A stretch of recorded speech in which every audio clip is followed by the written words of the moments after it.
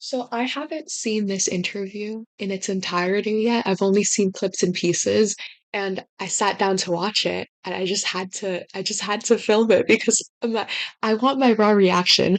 I I can't believe these comments. I just can't get over these comments. They all make Donald Trump seem like he did phenomenal, like he's a master debater, like he absolutely owned and destroyed her, like she was grilling him so hard. How dare she? It's crazy how positive all of these comments are, and just like me knowing Donald Trump, I know that that's not true. So I want to fact check him in live, like real time. That's gonna be crazy, crazy long with how many lies he tells on a daily. So I'll just call him out on the really, really obvious ones, on the ongoing talking points. Um, but mostly, I want to talk about how not of a hardball interview this is. I haven't even watched it yet, and I already know she's not going to press him on any issues. She's not going to call him out for any of the lies and the delusions that he's saying. She's just going to sit there and gloss over it. So. Republicans now have control of the House and the Senate. Right. What do you plan to accomplish in your first 100 days in office? Well, we're going to do something with the border, very strong, very powerful. That'll be our first signal, and the first signal to America that we're not playing games. We have people coming in by the millions, as you know, and a lot of people shouldn't be here. Most of them shouldn't be here, but we have jails being emptied into our country. We have mental institutions from all over the world being emptied into our country. So we'll be doing that. We're going to be extending within that period, or as soon as we can, the Trump tax cuts, because they're coming due and they're very substantial for people, and it would be I think it will anger a lot of people, frankly, if we don't get an extension of that. That's what led us to one of the greatest economies ever, and those two things are going to be very vital, very important. We're going to be focusing on crime in the cities, and we'll work with Democrat governors. Most of them are, as you know, if you look at the 25 worst places, they're just about all Democrat-controlled cities and states, and we're going to be working with That's just not true. That's not true. Democrat mayors, and I look forward to doing it. But we have to do something about crime, mostly in our cities. And we're going to have a lot of other things. We'll be working on nominations. We're going to still be working on some nominations. I think they're going very well. We have, for the most part, I think they're going. Memphis, Tennessee, red. Missouri, red. Arkansas, red. Minnesota, blue. Michigan, red.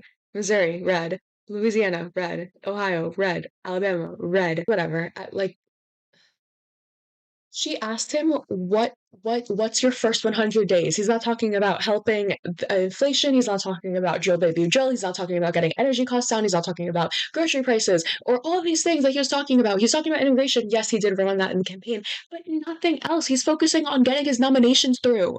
That's where his head is at right now. Just not helping the American people, helping put his sycophants into power. Extremely well. It looks like Peter's doing well now. I mean, people were a little bit concerned. He's a young guy with a tremendous track record, actually. Went to Princeton and went to Harvard. He was a good student at both, but he loves the military, and I think people are starting to see it. So we'll be working on his nomination along with a lot of others. We are going to delve into your nominations, but since you bring him up, do you still have confidence in Pete Hegseth? Yes, I do. I really do. He's a very smart guy. I've known him through Fox, but I've known him for a long time. And he's basically a military guy. I mean, every time I talk to him, all he wants to Mr. President, what do you mean by you've known him through Fox?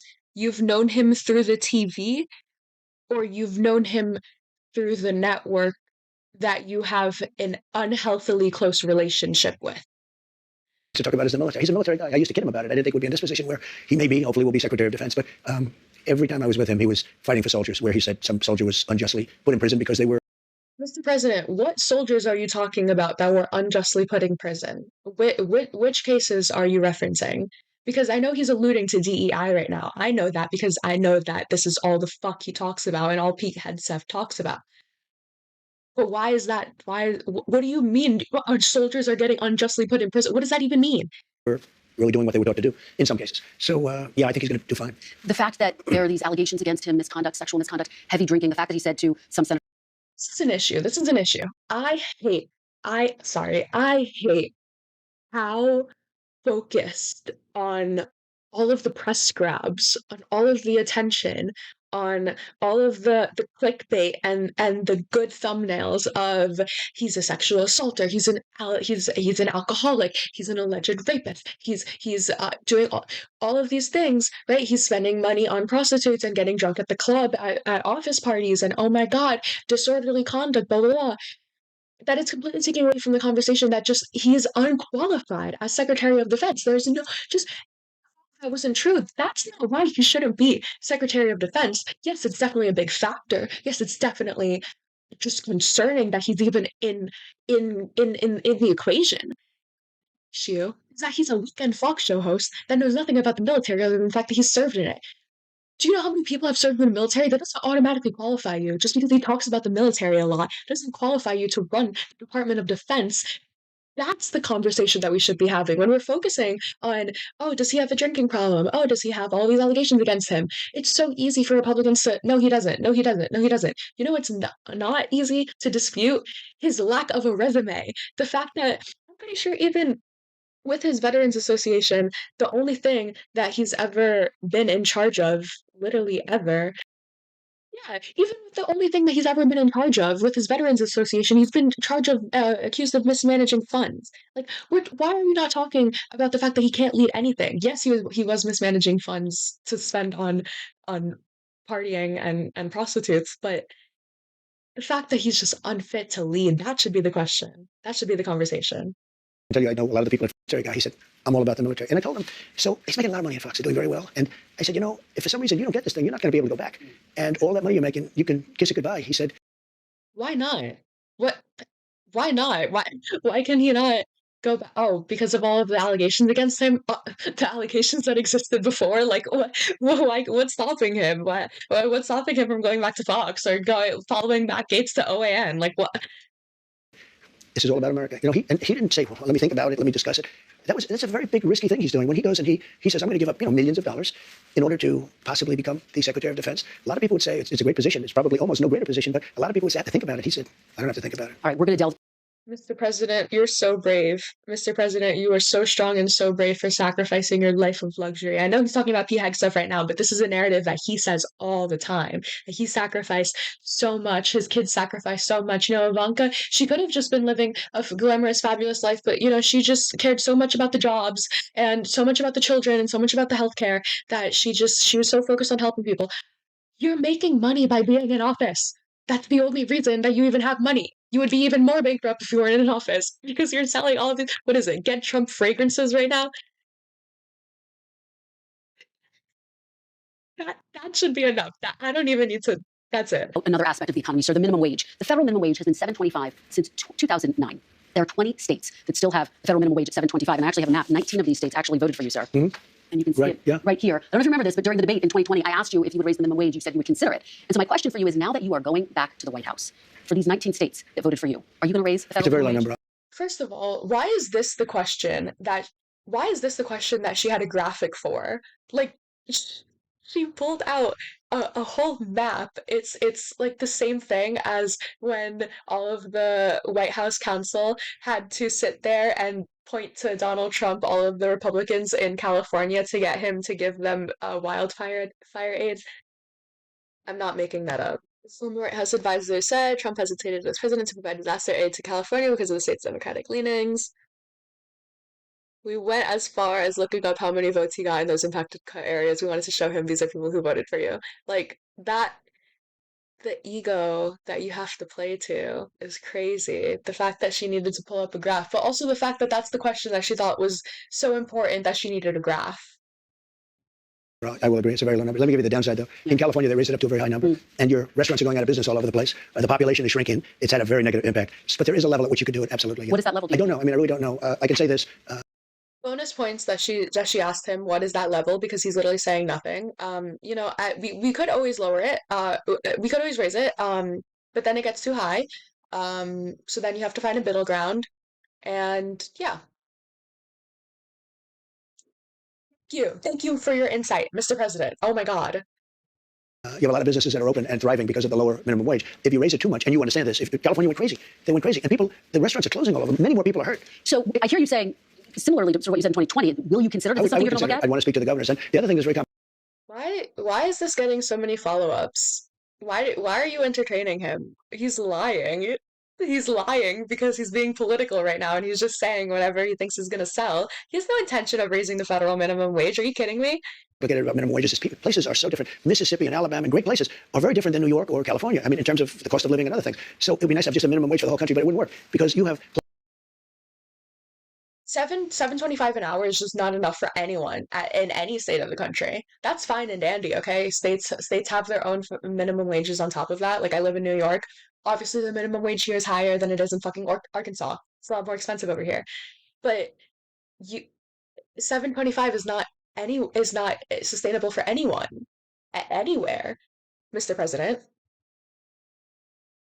places where it's very inexpensive to live, where a minimum wage, which is $8 or $9, might have very little effect because the cost of living in certain places is really low. Before we move on to immigration, which I do want to talk about, the chairman of the Federal Reserve, Jerome Powell, said he will not leave his post even if you ask him to. Will you try to replace Jerome Powell? No, I don't think so. I don't see it. But I think if I told him to, he would. But if I asked him to, he probably would. But if I told him to, he would.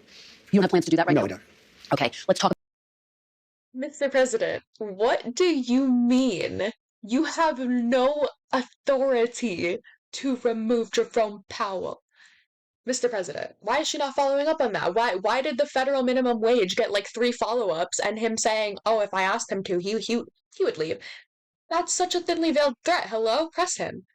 Talk about mass deportation, one of your big agenda items. You've talked about prioritizing people who have criminal histories. Correct. But is it your plan to deport everyone who is here illegally over the next 4 years? Well, I think you have to do it. And so we had 11,000 and 13,000 different estimates, 13,099 murderers released into our country over the last 3 years. They're walking down the street. That's a lie. They're walking next to you and your family, and they're very dangerous. The 13,000 figure, I think, goes back about 40 years. No, it doesn't. No. Oh, she said it. Why did she say it so passively? I think that's not... The 13,000 number goes back 40 years. That is a fact. It was ICE released up to this date. Why does she not have this letter up and ready? Okay? Like this letter, okay? So number one, this is as of July 21st, 2024. This isn't going from January 21st, 2021 to July 21st. This is as of July 20. You know what I mean? It's going back, however far back this data goes, 40 years. On top of that, it says those on the non-detained docket. Non-detained. This is only ICE's records. ICE doesn't have access to the state court or the federal court. Like, it's this talking point. Well, it's 13,099, and it's during the Biden period of time. And these are murderers, many of whom murdered more than one person. You don't want those people in this country. But you're saying something, sir, that's significant. I just want to make sure I'm clear, which is that you're saying, yes, you're going to focus on the people with criminal histories, but everyone who's here illegally has to go. Wait, so why is she just letting him get away with that lie? You're saying something of significance. It's a lie. That's a lie. You're saying something, sir, that's significant. I just want to make sure I'm clear, which is that you're saying, yes, you're going to focus on the people with criminal histories, but everyone who's here illegally has to go. I'm saying this. We have to get the criminals out of our country. We have to get people that were taken out of mental institutions and put them back into their mental institution, no matter what country it is. Do you know that Venezuela, their prisons are at the lowest point in terms of emptiness that they've ever been? They're taking their people out of those prisons by the thousands, and they're drunk. And just to get back. Mr. President, where did you get those numbers from? Mr. President, do you trust the Maduro regime's numbers? Mr. President, why do you trust the Maduro regime's numbers? I know exactly what you're getting at. Number one, we're doing criminals, and we're going to do them really rapidly. We're getting the worst gang probably with MS-13, and the Venezuelan gangs are the worst in the world. They're vicious, violent people. And you see what they've done in Colorado and other places. They're literally taking over apartment complexes. And Mr. President, numerous officials from Colorado have come out and said that that is a lie. What are you talking about? doing it with impunity. They don't care. They couldn't. They just are. They're in the real estate You know, business. the local police say that is not the case in Colorado. Oh, it's totally the case. I mean, They don't believe the local police. I used to play it at my rallies every single night. No, it was breaking into doors. They're taking over the building. But sir, you and by the way, raised the the point. police. Mr. President, what do you mean that they're in the real estate business? Mr. President, why do you not trust the local police? Mr. President, just because you play something at your rally does not make it concrete fact. Mr. President, what? We have convicted murders. We don't mean people that are even on trial. We have people that have murdered numerous people are on our streets and in our farms, and we have to get them out of our country. What about dreamers, sir? Dreamers who were brought to this country illegally as children. He's acknowledging that the majority of these immigrants are in farms, working in the agriculture field. Do you know how much you would have to pay a native-born American to go and pick strawberry and broccoli? Don't get me wrong, there's nothing wrong with that life, okay? There's obviously a lot of people that are very fond of that. But the idea that we would have enough Americans that want to live the simple life of farming as opposed to, I don't know, becoming a mega tech billionaire, like that's just not the world that we live in. It's just unrealistic. Murdered numerous people are on our streets and in our farms, and we have to get them out of our country. What about dreamers, sir? Dreamers who were brought to this country illegally as children. You said once back in 2017, they, quote, shouldn't be very worried about being deported. Should they be worried now? The dreamers are going to come later, and we have to do something about the dreamers because these are people that have been brought here at a very young age, and many of these are middle-aged people now. They don't even speak the language of their country. And yes, we're going to do something about the What does dreamers. that mean? What are you going to do? I will work with the Democrats on a plan, and if we can come up with a plan, but the Democrats have made it very, very difficult to do anything. Republicans are very open to the dreamers. The dreamers, we're talking many years ago, they were brought into this country. Many years ago, some of them are no longer young people, and In many cases, they become successful. They have great jobs. In some cases, they have small businesses. In some cases, they might have large businesses. And we're going to have to do something with them. And you want them to be able to stay. That's what you're saying. I do. I want to be able to work something out. And it should have been able to be worked out over the last 3 or 4 years. And it never got worked out. Biden could have done it because he controlled, Congress to a certain extent, right? He could have done something, but they didn't do it. I never understood why, because they always seem to want to do it. But then when it comes down, Um, because it's not true that Republicans have been on the side of dreamers. Where is this what is this revisionist history? and in the end, look, our country is a mess. We have the highest crime rate. And during the debate, a man whose ratings have gone way down, David Muir, said to me, no, crime is because I had to debate 3 people, not one. During the debate, a man whose ratings have gone way down. Oh my gosh. The fact that that was an aside that he felt the need to include is crazy. Debating 1 was easy. Debating 3 was actually pretty easy too, if you want another 2. But David Muir said, the crime rates have gone down. I said, no, they've gone up. And then the following day, they released the crime rates and they were way up. Yeah, the FBI statistics. Right? You're talking about those FBI statistics. Well, no, but he gave the wrong answer. Confusing based on what you're looking at. But a lot of that is migrant crime. Let me ask you about another aspect. Because a lot of it's migrant crime. Well, let me ask you about another aspect. Mr. President, that's a lie. Mr. President, native-born citizens are actually more likely to commit crimes than immigrants. Mr. President, the majority of immigrants just come here to work. Mr. President, we do not have good enough of a welfare system for people to be coming here and taking advantage of it. So it's crazy that they just came through socialist Mexico and was like, yeah, no, I don't like this socialist country. Let me go to the social communist up north in America. Like, I think a lot of people are really curious about. I mean, 3% of people who are here illegally have criminal histories. But in your first administration, you had the zero tolerance policy, where we did see family separation. Yeah. You ended it. The purpose of that, though, to some extent, you talked about this at the time. You also had it with Obama. You do know that. He didn't have a zero tolerance policy. And you also know he built the jails for children. He didn't have a zero tolerance policy. But in 2014, he built the jails. You know that. I want to ask you about. that is so funny. What was his claim? Had the zero tolerance policy, where we did see family separation. Yeah. You ended it. The purpose of that, though, to some extent, you talked about this at the time. You also had it with Obama. You do know that. We did not have a zero tolerance policy with Obama. So that's number one. He said He didn't have a zero tolerance policy. And you also know he built the jails for children. He didn't have. Obama built the jails for prison. Obama border jails. This is bad. Like I remember this was a thing. Like people were calling him out because of this. This was a scandal, and um, that's why Democrats ran to the left on immigration after was because Obama had such a bad rep with it. But this is bad. I don't agree that Obama did that. Have a zero tolerance policy. But in 2014, he built the jails. You know that. I want to ask you about the zero tolerance policy. He didn't have a systemic. We're going to separate families. Families were separated when parents were affected. Kids. We don't have to separate a family. This. Excuse me, Chris. Yeah. We don't have to separate families. Yeah. We'll send the whole family very humanely back to the country where they came. That way, the family's not separated. Kristen, please. We are not going to be barbaric, okay? We're not going to separate families that have entire lives and are paying taxes and producing to society in a net positive way. We're not going to do that, okay? We're just going to send all of those educated people that we've already invested so much money into, that probably a lot of them have degrees. We're going to send all of them to all of these other countries so they can make money over there. Okay. I don't want to send anybody out, but I'll tell you, we have to, because otherwise we have no country. If we don't have borders, and if we don't have voting, good voting, fair voting, you know they're still counting votes in San Diego, California. Listen, they're still counting the votes. This is almost 4 weeks. They're still counting the votes. If we don't have fair elections and honest voting and machines that work quickly, if you had paper ballots, every election will be over by 10 o'clock in the evening. So let me ask you. You understand what I'm saying? Let me before we get. And you get a much more accurate. See, now I feel kind of bad for her because honestly, like he just spewed so much bullshit. Like I don't even know how to adjust to all of that. Is he insinuating that the fact that they're still counting the vote? First of all, how are we even talking about voting? Okay, I thought we were talking about family deportation. Okay, now we're on voting. Is he insinuating that they're still counting the votes? It's been almost 4 weeks. What? That means that it's fraudulent? If anything, that means that they're being extra secure because there was a lot of recounts. Like, if we don't have good, honest, fair votings, machines that work quickly, would you rather them work quickly or efficiently and effectively and correctly? Like, and birthright citizenship on day one. Is that still your plan? Yeah, absolutely. The 14th Amendment, though, says that, quote, all persons born in the United States are citizens. Can you get around the 14th Amendment with Well, we'll executive have to action? change. We'll maybe have to go back to the people, but we have to end it. We're the only country that has it. Through an executive action? We're the only country that has it. Do you know, if somebody said... Mr. President, that is not true. We are 100% not the only country that has birthright. So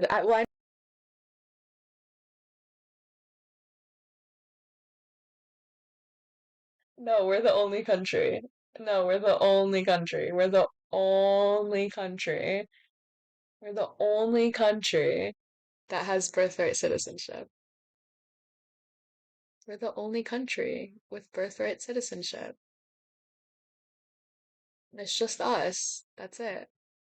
We're the only ones. Um, the idea that we are supportive of dreamers because they've been here for so long, they've been here for decades, they're already producing to society. Of course, we're going to give them citizenship, but not people that were literally born here. They don't, like, what? What? Mr. President, what is that contradiction? It's a foot, just a foot, 1 foot. You don't need to on our land. Congratulations, you are now a citizen of the United States of America. Yes, we're going to end that because it's ridiculous. Through Do you know, That is not what birthright citizenship is. Does he know what birthright citizenship even is? well, if we can, through executive action. I was going to do it through executive action, but then we had to fix COVID first, to be honest with you. We have to end it. It's ridiculous. Do you know we're the only country in the world that has it? Do you know that? There's Well, not one other country. what about the legal challenge, inevitable legal Let's see challenges other that'll thing. Do you come? Wait, so why is she, the fact that he's repeating it over and over again, that is such a lie, but why is she just completely letting him? That's crazy. That's crazy. We have thousands of judges. Somebody walks onto our land, and we have to now say, welcome to the United States. They could be a criminal or not a criminal. We release them into our country. It's called catch and release. We release them into our country. Wait just 1 second. And now they get them lawyers. And the lawyers are good lawyers. And everybody has a lawyer. And you know how many judges we have? Thousands. Thousands. Now, here's what other countries do. They come into the land, and they say, I'm sorry, you have to go. And they take them out. Okay? With us, once they touch our land, we're into litigation that lasts for years, costs us hundreds of billions of dollars. We have judges, and I'm sure they're all honest, but I don't know that for a fact. You can imagine what's going on with the judges. But just so you, because I have a lot of judges, I tell you what, I know more about judges than any human being in history. Look, we have judges. Every time somebody puts 2 feet or even 1 foot on a piece of our land, it's welcome to long-term litigation. Other countries, every other country, when somebody walks on and they see that they're here illegally, they walk them off, they take them back to where they came from. Donald Trump is acknowledging that we have an issue with our immigration system. He's acknowledging that it is a systemic issue that has lawyers involved in it. In all of this, he is acknowledging how complex of an issue it is. And his solution is to simply deport everyone and not address any of the underlying issues at all leading up to it. That's all I'm gonna say about it.